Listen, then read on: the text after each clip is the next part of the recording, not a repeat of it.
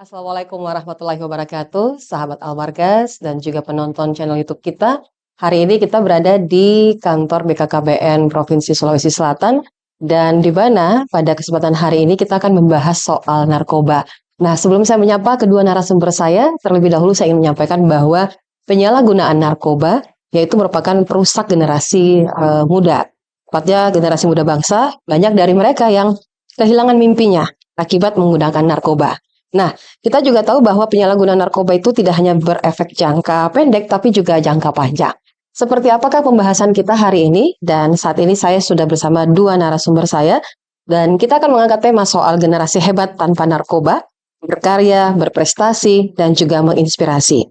Dan saat ini saya ingin menyapa terlebih dahulu ada Pak Faisal Halim Hamzah Barlian, selaku Ketua Gerakan Pemerhati Penyalaan Narkoba Indonesia GPPN, Sulawesi Selatan. Assalamualaikum Pak. Waalaikumsalam warahmatullahi wabarakatuh. Apa kabar Pak? Alhamdulillah Sehat. Dan juga narasumber saya ada Reri Audrey SH, Sekretaris Forum Genre Sulsel. Assalamualaikum. Waalaikumsalam. Ya, makasih sudah ikut hadir di sini. Kita berbicara soal narkoba. Dan ya, belum lama ini juga kan kita lihat bahwa gerakan dilakukan oleh BNN maupun pihak kepolisian itu terus melakukan yang namanya gerakan untuk memberantas narkoba. Tetapi dari hulu ke hilir itu selalu saja ada kendala. Nah, dari gerakan dari Pak Faisal dulu ini selaku Ketua Gerakan Pemerhati Penyalaan Narkoba, tentu saja pasti gerakan Bapak ini sudah berjalan begitu lama. Mungkin bisa dijelaskan dulu Pak soal gerakan Bapak. Oke, baik. Terima kasih. Ya. Jadi saya ingin menjelaskan apa sih itu Gerakan Pemerhati Penyalahgunaan Narkoba Indonesia. Jadi kami itu sudah bergerak selama 5 tahun lebih. Dan kami merupakan adalah mitra dari BNN Provinsi Sulawesi Selatan. Iya. Dan untuk di tingkat Sulawesi Selatan pada umumnya kita itu memang sebagai sebuah lembaga yang pusatnya itu di sini. Jadi biasa atau lembaga-lembaga penjagaan kan pusatnya dari Jakarta. Dan kami GPPN itu berpusat memang di Sulawesi Selatan. Okay. Dan hampir seluruh kader kami memang sudah ada di kabupaten kota. Nah, gerakan-gerakan kami tentunya banyak. Ada beberapa gerakan yang promotif, preventif. Iya. Kemudian yaitu dengan cara melakukan penyuluhan, pencegahan terhadap orang yang terdampak dan yang tidak terdampak. Gitu. Kemudian ada gerakan yang represif. Jadi represif itu ya tentunya memberikan informasi kepada pihak kepolisian ketika memang dibutuhkan. Jika ada di dalam lingkungan kita yang terjadi sebuah transaksi narkoba. Nah, kemudian ada gerakan yang berikutnya dari rehabilitatif. Rehabilitatif itu kita melakukan pendampingan, Ibu. Pendampingan terhadap korban ya. Untuk korban penyalahguna ini bukan kurir, bukan budak bandar. Karena memang ada spesifikasi yang berbeda, yaitu korban itu tentunya nanti akan di-asesmen di BNN. Sekarang banyak informasi yang beredar luar bahwa korban itu adalah tersangka dan ditangkap. Itu yang memang perlu penyadaran kepada masyarakat bahwa korban penyalahguna itu tidak harus ditangkap. Mereka itu dapat direhabilitasi. Nah, untuk itulah kami memberikan pemahaman kepada masyarakat. Lalu kemudian kita melakukan pendampingan dan ternyata dari proses rehabilitasi itu ya tidak birokrasinya tidak rumit. Rehabilitasi itu gratis selama 1 bulan. Tergantung hasil asesmen. Begitu seperti itu. Mungkin itulah gerakan-gerakan kecil yang kami lakukan selama ini. Oke. Baik, ke Reri ya. Reri, ini kan sebagai generasi genre dan membawa satu nama lembaga itu kan tidaklah mudah gitu. Apalagi di generasi sekarang ini kan kita menuju ke generasi emas 2045. Itu seperti apa Reri untuk generasi genre ini ya, untuk mengajak nih bagaimana peran dari genre sendiri seperti apa? Iya, terima kasih sebelumnya Ibu untuk kesempatannya. Jadi untuk genre itu sendiri, saya sedikit menjelaskan dulu terkait dengan apa itu genre. Dan genre itu sebenarnya adalah sebuah wadah dan juga program yang memang dikembangkan oleh BKKBN yang saat ini sudah bertransformasi menjadi sebuah Kementerian Kependudukan dan Pembangunan Keluarga yang memang fokusnya adalah mempersiapkan kehidupan berkeluarga bagi remaja. Dan kalau di genre, kami ada 3 fokus isu yang memang pada saat semangat pembentukan genre di tahun 2009 itu memang ingin memberantas 3 permasalahan yang sedang marak dialami oleh remaja bahkan saat ini. Itu yang pertama adalah pernikahan dini, kemudian yang kedua adalah seks pranikah, dan yang ketiga adalah nafsa. kami menyadari Bu bahwa memang remaja dari tahun 2009 hingga saat ini itu memang permasalahan terkait dengan pernikahan dini, seks pranikah hingga nafsa itu masih sangat marak terjadi di kehidupan remaja itu sendiri. Makanya forum genre hadir, PIK Remaja hadir untuk memberikan edukasi kepada remaja bahwa kita harus menghindari 3 permasalahan tersebut loh untuk bisa mempersiapkan kehidupan berumah tangga kita ke depannya. Seperti itu, Ibu. Iya, 3 yang digaungkan dan juga ada hal yang sudah dilakukan oleh teman-teman dari gerakan GPPN ini. Nah, Pak Faisal nih kalau mungkin bisa dijelaskan sejauh ini Pak Faisal, apa yang sudah dilakukan oleh teman-teman dari GPPN Pak, selain pendekatan secara persuasif, preventif, aspek yang lainnya. Karena kita lihat ini Pak, gerakan narkoba ini kan tidak berhenti sampai di sini. Malah gerakannya semakin semakin ada saja celah gitu Pak. Ya, masif gitu. Ya. Oke, jadi memang persoalan narkoba itu ya belum ada satupun lembaga yang bisa bertepuk dada bahwa dia bisa memberantas narkotika ini. Karena terkait narkotika itu bukan hanya persoalan aparat hukum. Ini melibatkan seluruh lapisan masyarakat, pemuda, masyarakat, tokoh masyarakat, tokoh agama, orang tua bahkan. Nah, harusnya ini seperti program BKKBN ini, ketahanan keluarga ya. Dan keluarga itu merupakan sebuah benteng yang natural yang bisa secara positif melindungi anak-anak supaya tidak terjerumus. Nah, sehingga ini memang persoalan yang pelik. Kenapa? Karena kalau ada beberapa image yang berkembang, stigma yang berkembang di masyarakat bahwa ini hanya bagian dari aparat hukum. Nah, kita mengenal dengan the outsider. Outsider ini orang yang musuh dalam diam. Mereka tahu bahwa ada transaksi. Mereka tahu bahwa anak mereka itu terjangkit. Mereka tahu bahwa orang-orang yang menggunakan narkotika, tapi mereka diam. Mereka lebih memilih diam. Mereka tidak mengadu, mereka tidak memberikan informasi. Andai kan ada kolaborasi yang efektif dan masif yang dilakukan antara masyarakat dan pihak aparat hukum, saya rasa dunia ini akan baik-baik saja. Iya kan? Kita berharap dunia itu baik-baik saja. Jadi kalau kita berbicara hari ini pun ya Bu, pergerakan mereka tuh sudah berjalan. Di lapas yang seharusnya menjadi tempat yang paling aman, tapi ternyata di situ sumber dari pusat transaksi internasional. Bahkan tidak bisa dipungkiri ya kan. Apalagi negara kita ini itu terletak dari segitiga emas. Segitiga emas itu kan Laos, Myanmar, Thailand, kemudian juga bulan sabit emas, Afghanistan, kemudian Iran, dan itu Pakistan. Dan Afghanistan merupakan negara yang penghasil sabu besar itu loh. Ya kan Bu? Betul. Myanmar, ya kan? Myanmar juga. Coba bayangkan harga sabu di Myanmar itu berkisar antara sekitar 1 juta per kilo. Dijual di sini Bu, antara 1 juta sampai 1,5 per gram. Coba. Nah, keuntungannya luar biasa. Keuntungannya yang sangat-sangat luar biasa sehingga ini akan memberikan dampak yang betul-betul berpengaruh kepada negara kita dan orang-orang, apalagi kondisi ekonomi yang sulit. Ya, betul. Nah, memang perlu gerakan-gerakan secara bersama-sama. Sementara kita baru mempelajari bagaimana cara mencegah, kita berbicara di sini, mereka sudah memulai dengan modus baru, dengan jenis-jenis yang baru. Betul. Kita kata orang, semakin kita pintar, semakin pintar juga tuh pencuri. Semakin pintar juga tuh pencuri mencari celah gitu, bagaimana bisa ada di sana gitu. Nah, persoalan besar, betul. Ini persoalan besar. Tapi tadi saya tertarik soal adanya ketahanan dari keluarga. Nah, ini kan bagian dari teman-teman adik-adik kita yang ada di genre ya. Nah, ini seperti apa nih mengedukasi kepada generasi kita, apalagi dengan adanya 3 poin tadi ya. Soal seks pranikah ya, terus nafsa dan juga pernikahan dini. Ini PR besar buat kita ini. Silakan. Terima kasih Bu. Sepakat tadi yang disampaikan oleh Bapak bahwa untuk bisa menyelesaikan terkait dengan permasalahan narkoba itu bukan hanya menjadi tugas dari aparat penegak hukum saja, tapi dibutuhkan sebuah kolaborasi dan forum genre juga hadir untuk mendukung program dari BKKBN ataupun Kemendikbangga dan juga tetap pada koridor untuk membantu Kemendikbangga dalam hal 3 tadi fokus isu yang kami lakukan.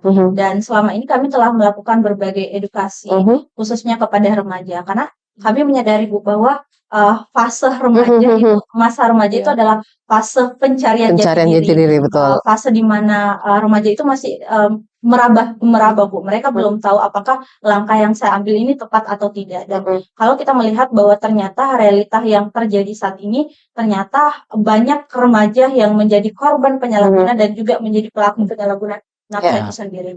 Selama ini gerakan yang kami lakukan itu adalah memberikan edukasi kepada remaja, dan edukasi yang kami lakukan itu dimulai dari tingkatan sekolah. Ya, karena genre itu juga punya yang namanya PIK remaja. Dimana PIK remaja ini ada di setiap sekolah-sekolah, dan dari situ kita akan memberikan edukasi kepada teman-teman remaja seperti itu Bu. Dan juga selama ini kegiatan-kegiatan yang dilakukan khususnya oleh Forum Gender Sulawesi Selatan itu sudah dilakukan secara masif di Provinsi Sulawesi Selatan. Dan kemarin kami juga sempat mengadakan kegiatan di LPKA kelas 2 Maros, dan dari sana kami melihat bahwa ternyata banyak sekali remaja-remaja dan anak binaan di LPKA tersebut yang memang mereka berhadapan dengan hukum karena permasalahan terkait dengan entah dia dijadikan sebagai alat kata, membantu pengedar narkoba, ataupun juga dia yang menggunakan seperti itu. Jadi memang selama ini gerakan yang kami lakukan adalah gerakan edukasi.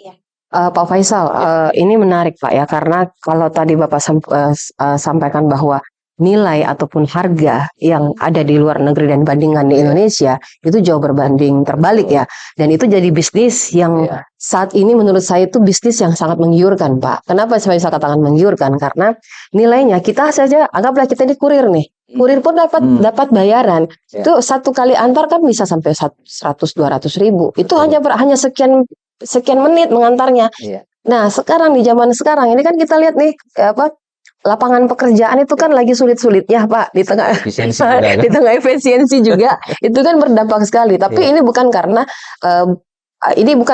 di zaman sekarang, tapi kita sudah lihat dari beberapa tahun yang lalu ya, Napsa menjadi salah satu momok di Indonesia. Dan ini memang juga kalau kita lihat bahwa di tahun-tahun sebelumnya, di tahun-tahun 90-an ya kalau tidak salah ya Pak Faisal, itu Napsa menjadi salah satu penyumbang banyaknya HIV Pak ya kalau tidak salah. Itu pengaruh dari jarum suntik. Jarum suntik. Nah Pak, tadi saya tertarik soal kurir, dan termasuk juga soal adanya sisi ekonomi di situ. Ya, itu kalau GPPPN Pak sendiri ini bentuk edukasi yang sudah dilakukan Pak di masyarakat seperti apa ini Pak? Karena kan biasanya kita sudah edukasi kecolongan juga gitu. Betul. Ya. Nah, oke, baik. Jadi kalau GPPN sendiri itu sebenarnya hampir semua sektor kami sudah masuk. Kami masuk kerjasama dengan desa. Kami pernah kunjungan ke lapas untuk melakukan edukasi untuk warga binaan. Kami kemudian kerjasama dengan pihak-pihak hotel untuk melakukan edukasi ke sana. Apalagi sekolah, paling sering sekolah. Kenapa? Karena sekolah itu, Bu, gini. Ini tadi benar ya, ada genre. Harusnya memang sering-sering dilakukan edukasi di sana. Kenapa? Pertama, kita belum ada kurikulum, Bu. Ya, betul Pak. Kita belum ada kurikulum. Nah, saya selalu sampaikan kepada mereka, termasuk guru-gurunya, mereka pakai emblem. Saya benci narkoba. Tapi mereka tidak tahu apa yang tidak tahu, betul ya. Padahal definisi nafsa atau narkoba itu penting. Kenapa? Karena di situ ada dampak. Dan di situ bagaimana solusinya. Ya kan? Kalau kita bicara narkoba itu kan ada 3, Bu. Narkotika, psikotropika, dan bahan adiktif lainnya. Gitu. Yang diatur dalam Undang-Undang 35 2009 kan hanya terkait dengan narkotika. Narkotika ya betul. Ya kan, kalau bahan adiktif lain kan ada kopi, rokok, betul ya. Miras, dia benci narkoba, ya orang dilarang dong minum kopi. Iya betul. Edukasi yang paling penting disadarkan kepada adik-adik. Kemudian generasi muda. Kami selalu melakukan proses-proses itu, melakukan penyuluhan mulai dari tingkat SMP. Cuma kan metodenya agak berbeda. SMP kan kita lebih banyak dengan dokumennya. Itu kami membuka juga ruang-ruang konsultasi di setiap kantor-kantor kami. Jadi hampir sebagian besar kami melakukan kegiatan kerjasama di semua lembaga pemerintahan, termasuk diundang hari ini juga di kementerian. Ini sudah luar biasa sekali nih, ada genre juga, dan semangatnya tidak boleh berhenti. Kita memang harus terus bergerak ya. Ini salah satu bentuk edukasi yang kami lakukan, kolaborasi kami ya dengan GPPN dan juga genre maupun juga kami dari media. Ini selalu berkolaborasi karena tanpa kolaborasi Pak itu tidak akan bisa berjalan. Betul sekali. Kan kalau kita jalan sendiri-sendiri, siapa yang memperhatikan gitu kan? Ketika kita bentuk kolaborasi, oh ternyata gaungnya lebih besar ya, gaungnya lebih besar. Nah, dari Reri ini kan soal edukasi yang terus dilakukan di generasi bawah ya, dalam hal ini anak-anak sekolah. Kita lihat Pak Faisal juga bahwa di sekolah itu banyak permasalahan Pak. Betul. Banyak permasalahan yang sepertinya mungkin orang tua juga punya peran penting di situ. Di satu sisi sekolah kan punya batas waktu nih untuk memberikan mereka edukasi. Nah, kalau kita tidak datang melakukan edukasi, mereka paham apa gitu. Iya. Betul tadi Pak Faisal bilang bahwa belum masuk di kurikulum untuk hal itu pembahasan. Kalau genre sendiri nih edukasi yang dilontarkan kepada adik-adik itu seperti apa nih? Melihat juga generasi kita sekarang nih. Iya. Kalau untuk genre itu sendiri Bu, kami melakukan pendekatan peer to peer. Karena kami menyadari bahwa memang remaja ini lebih terbuka biasanya kalau ingin bercerita dengan sesama remaja dibandingkan ketimbang orang tua pada orang tua untuk BK. Makanya pendekatan yang kami hadirkan adalah pendekatan peer to peer. Kami juga menyadari bahwa salah satu faktor penyebab tingginya penyalahgunaan nafsa di Indonesia itu juga adalah karena faktor coba-coba, karena faktor adanya pengaruh dari lingkungan sekitar dan lain sebagainya. Kemudian juga kalau melihat data yang dikeluarkan oleh BNN dan juga BPS juga mengatakan bahwa salah satu faktornya itu adalah karena stres yang dialami oleh remaja. Makanya kami di sekolah itu ada yang namanya pendidik sebaya dan konselor sebaya. Dan si konselor sebaya ini memberikan kesempatan kepada remaja-remaja khususnya yang ada di sekolah masing-masing ketika memiliki permasalahan, termasuk mungkin permasalahan terkait dengan potensi penyalahgunaan narkoba ataupun menjadi korban penyalahgunaan narkoba. Mereka bisa curhat kepada konselor sebaya. Tetapi memang kami punya batasan Bu. Kalau misalkan memang ternyata itu sudah tidak bisa ditangani atau permasalahannya sudah besar, maka kami ada fungsi rujukan. Kami akan merujuk kepada guru BK, kemudian juga kalau permasalahannya terkait dengan narkotika pasti akan dirujuk kepada BNN. Terus pendekatan yang dilakukan oleh genre itu sebenarnya bukan hanya kepada remajanya Bu, tapi kami juga beberapa kali memberikan edukasi kepada orang tua bahwa kita punya fungsi keluarga loh. KBN selalu mengkampanyekan terkait dengan fungsi keluarga, 8 fungsi keluarga. Yang salah satunya ada fungsi perlindungan, di mana seharusnya keluarga bisa memberikan perlindungan dari hal-hal negatif yang ada di luar sehingga si remajanya ini tidak terjerumus ke dalam penyalahgunaan nafsa.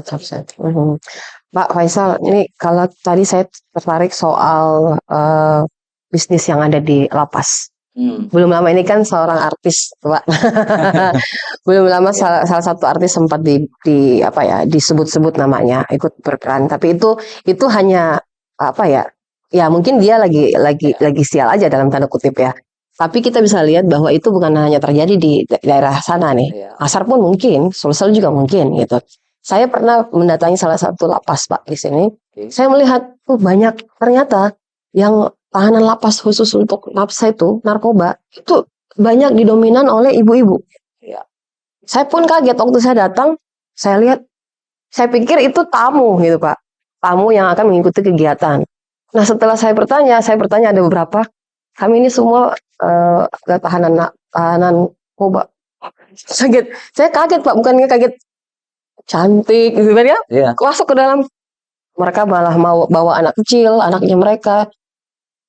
Ada yang saya tanya, dia bilang seperti ini Pak, saya sudah 2 kali di sini. Saya senang, saya sampai melongo Pak.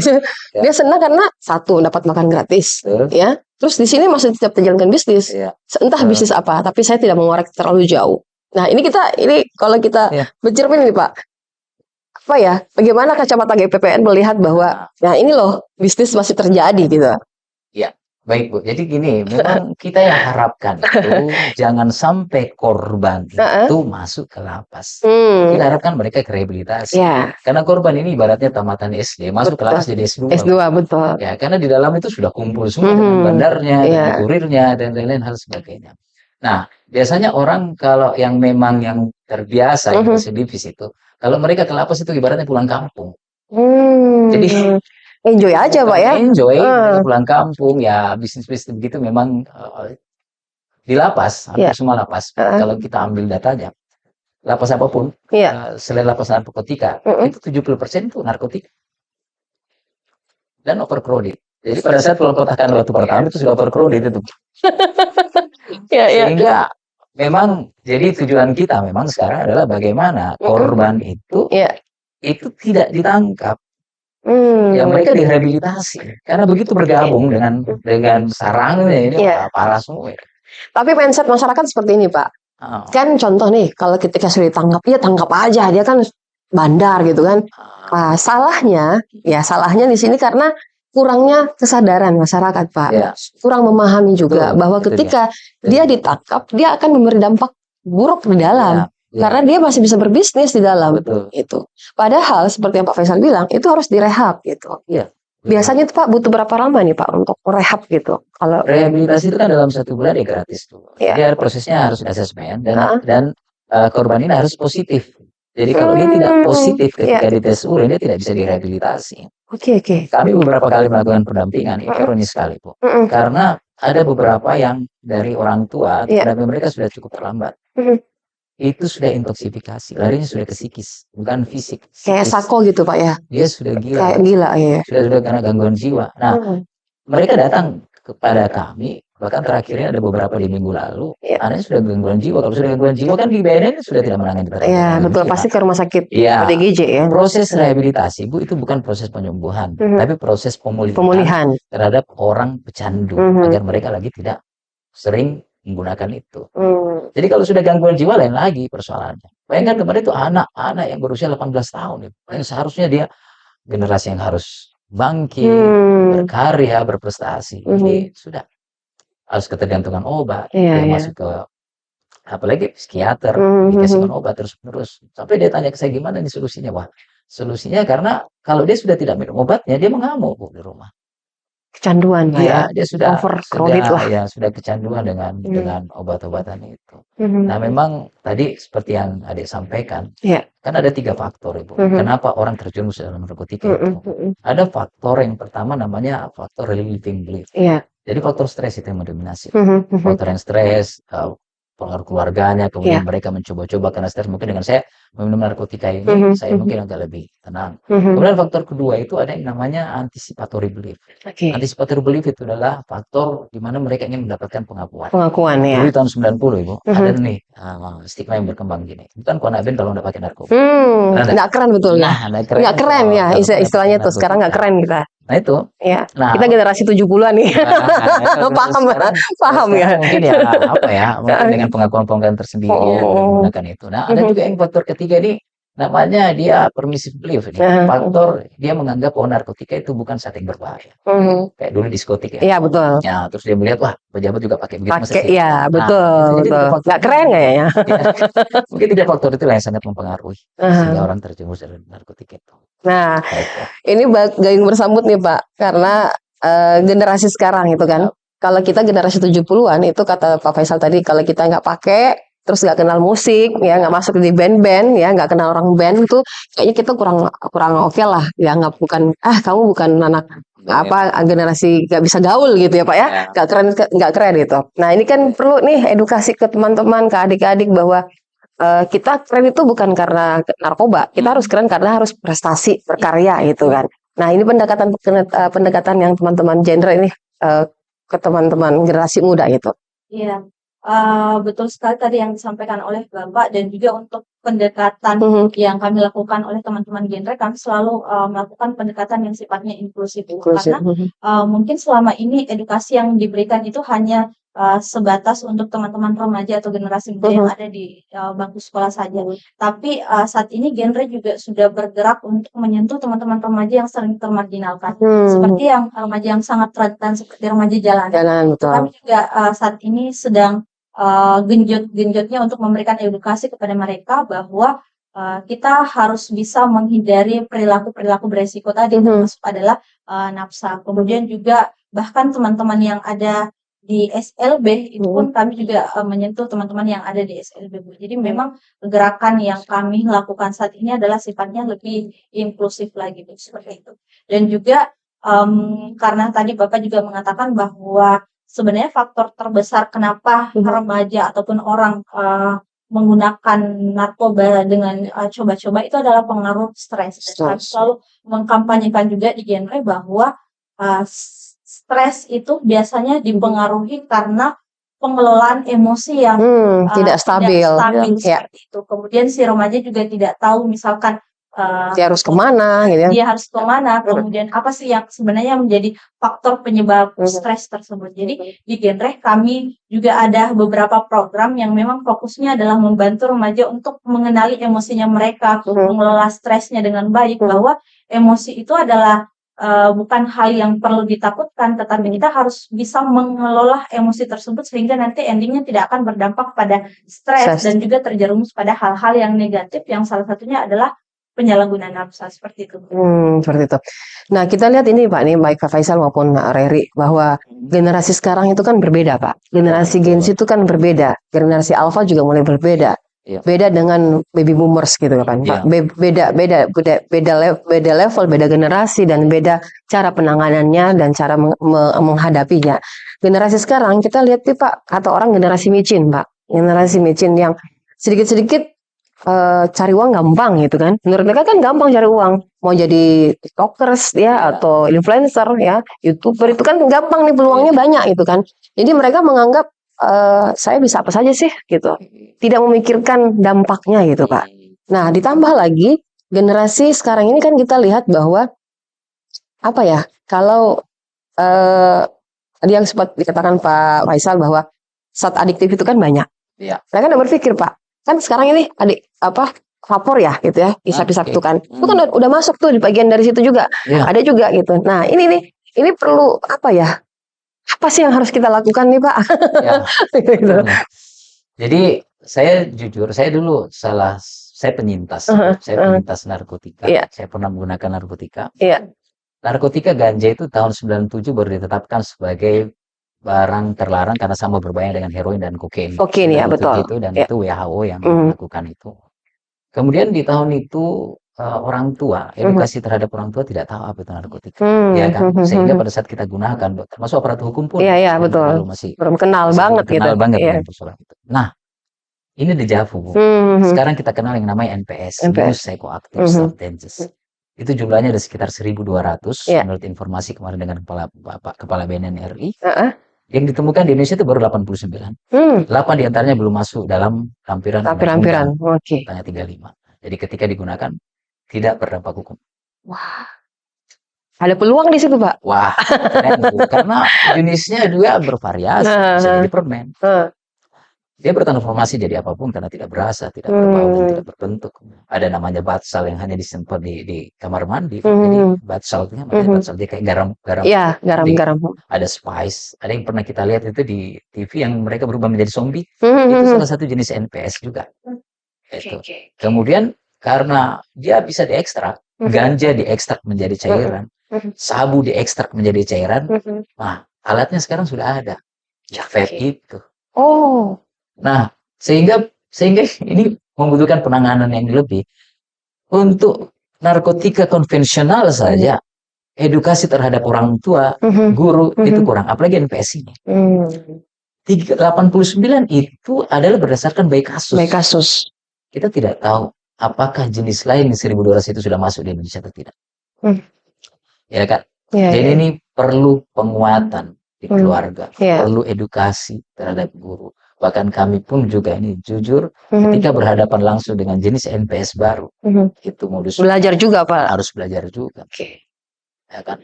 Apalagi kan tes urin itu berdasarkan parameter ganja, parameter obat-obatan ini dan semua segala macam.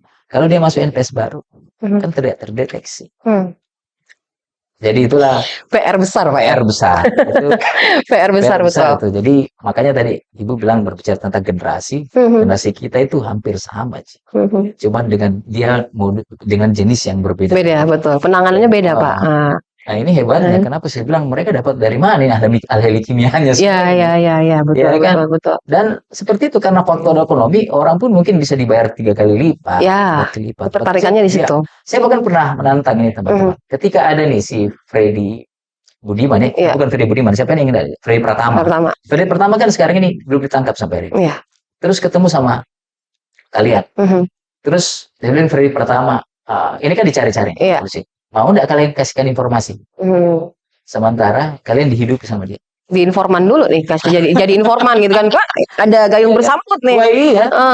Gitu. Apalagi di zaman-zaman yang sekarang. Jadi memang kita harus sama-sama dan harus berintegritas terhadap bangsa ini, Bro. Kita harus kuat, kita harus memang saling mengingatkan bahwa risikonya lebih besar daripada apa yang mereka nikmati hari ini. Mungkin hanya sesaat 3-4 jam mungkin efeknya lah. Tapi akan merusak generasi depan.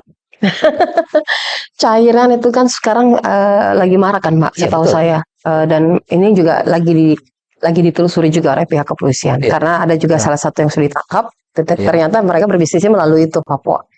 Isap-isap anggapnya dianggap biasa-biasa saja, ternyata punya zat adiktif yang lebih berbahaya, yang mungkin orang anggap itu santai dan tidak ada dampaknya, tapi kan memang dampaknya tidak akan langsung kelihatan 1 atau 2 tahun, mungkin akan berefek itu ya setelah bertahun-tahun gitu. Ya, membangun generasi emas ya, gaung dari pemerintah nih 2045 ya, bukan hal yang mudah dengan tantangan yang cukup luar biasa. Kita hadapi generasi genre juga tidak akan tinggal diam terus menggaungkan 3 poin tadi, dan memang ini menjadi salah satu PR besar. Kita perlu berkolaborasi, tidak hanya bisa bekerja sendiri karena penanganan soal narkoba dan yang lainnya itu kita tutup di sini, di sana ada, di sebelahnya ada, kita tutup di sini, salurannya lain, di darat ditahan, di laut bisa lewat, gitu. Kita sudah lihat nih begitu banyak cara ataupun cara yang dilakukan orang-orang untuk meloloskan barang-barang haram itu, gitu.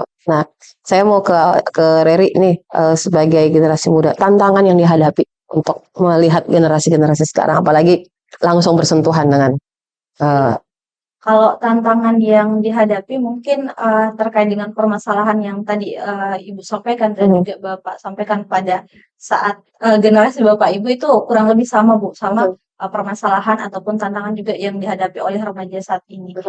Dan juga tadi permasalahannya justru semakin kompleks karena ini juga menjadi suatu kondisi yang cukup memprihatinkan ketika kami dari genre melihat bahwa ternyata banyak remaja yang saat ini menggunakan vape itu sebagai bentuk gaya-gayaan, betul. Mereka ketika misalkan dikatakan gaul karena menggunakan vape itu mereka cukup berbangga diri, dan itu menjadi tantangan dan juga menjadi hal yang cukup memprihatinkan bagi kami melihat teman-teman remaja sebayahnya kami yang seharusnya mereka fokus untuk mempersiapkan dirinya di masa depan justru sudah terjerumus ke hal-hal yang sifatnya adalah negatif. Dan tadi Bapak juga menyampaikan bahwa memang kolaborasi dan juga bantuan dari keluarga itu sangat dibutuhkan seperti itu. Kalau di genre memang kita fokusnya hanya pada saat pada tahapan preventif dan juga promotif, yakni memberikan edukasi kepada remaja dan juga keluarga bahwa bahaya loh ketika menggunakan narkoba dan sebagainya seperti itu, Bu. Karena kalau misalkan kami dari genre sering memberikan edukasi kepada remaja terkait dengan bahaya narkoba, tetapi ketika tidak dibarengi dengan dukungan dari keluarga, itu kan sama aja. Iya, betul. Terjerumus juga. Memang makanya edukasi kepada keluarga juga itu seharusnya lebih dimasifkan lagi, Bu, supaya juga bisa membantu pemerintah, membantu kami juga untuk bisa bersama-sama menyelesaikan permasalahan narkoba ini. Tantangan, dan tentu kita berharap bahwa tantangan itu tidak kita juga semakin tertantang, Pak, untuk melihat bagaimana sih kita bisa membentuk generasi kita yang lebih baik gitu. Pak, kita berada di penghujung nih. Kalau bicara soal narkoba itu tidak akan ada habisnya, Pak, dan menjadi hal yang yang diskusi yang cukup menarik karena kita melihat bahwa pengaruh dari narkoba itu begitu luar biasa, begitu banyak yang bisa terpengaruh gitu. Tidak hanya remaja, orang tua pun kadang-kadang kan merasa bahwa saya butuh untuk penguatan gitu, kekuatan fisik dan sebagainya. Nah, Pak, mungkin sebelum kita tutup nih ada yang menjadi harapan, Pak. Ya. GPPN ini punya pasti harapan untuk gerakan bersama gitu. Ya, sangat. Jadi gini, saya mau mengutip sebuah kampanye global yang dilakukan UNODC dan WHO kemarin. Itu ada satu kampanye ungkapan yang begini, listen first. Atau lebih tepatnya, listening to the children and youth is the first step to make them grow healthy and safe. Nah, tentunya bahwa sebenarnya persoalannya ini ada mulai dari tingkat keluarga seperti tadi kita sepakati, kita sepakati. Orang tidak mau menggunakan narkoba, mereka hanya ingin didengar. Anak-anak itu ingin didengar. Kalau persoalan ini sudah bisa mulai dari tingkat itu, harusnya sekarang ya.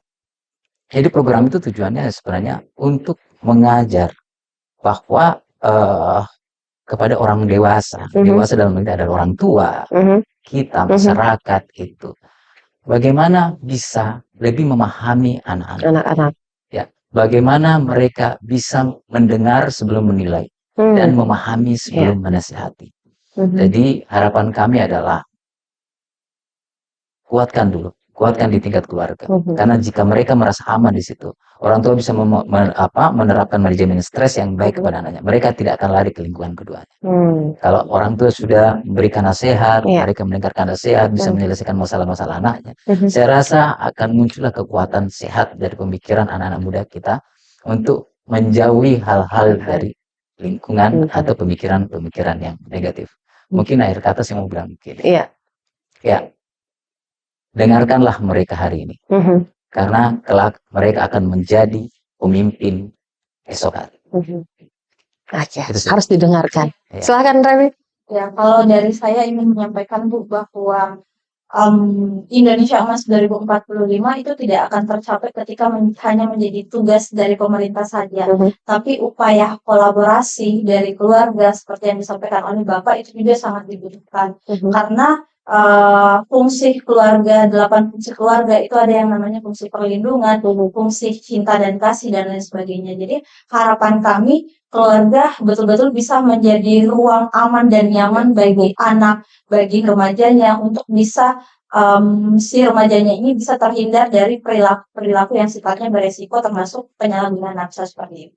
Dan juga kami sangat berpesan kepada teman-teman remaja yang ada di luar sana bahwa kita sebagai remaja harus bisa melakukan hal-hal yang positif. Ketika misalkan teman-teman remaja merasa stres dan lain sebagainya,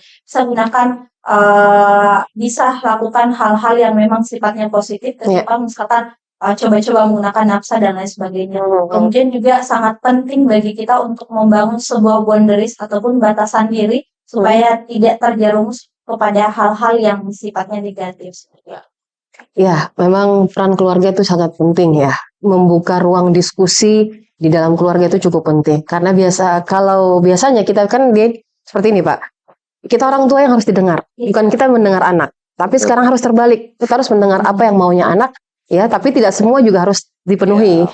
Ada ruang diskusi yang harus dibangun. Memang ketahanan keluarga itu salah satu super system, ya. Super system bagaimana anak-anak tidak berada di jalur yang tidak tepat atau di jalur yang menyimpang ataupun juga jalur yang membuat mereka nantinya terjerumus dari hal-hal yang negatif. Nah, kita berharap 2045 kita bisa dapat generasi emas ya, karena akan generasi pelanjut itu nantinya kita harus isi kita harus isi dengan hal-hal yang baik. Apalagi memang saat ini generasi kalau kita lihat pemerintah juga menggaungkan terus itu generasi emas. Terima kasih Pak Faisal, Ibu Riri ya sudah bergabung bersama dengan kami pagi hari ini. Ini salah satu bentuk edukasi yang dimana juga kolaborasi kami dengan BKKBN. Terima kasih atas waktunya. Semoga bermanfaat ya apa yang kita sampaikan dan bisa dipetik hikmahnya ini untuk pendengar kita maupun yang nonton channel YouTube kita. Assalamualaikum warahmatullahi wabarakatuh. Waalaikumsalam warahmatullahi wabarakatuh.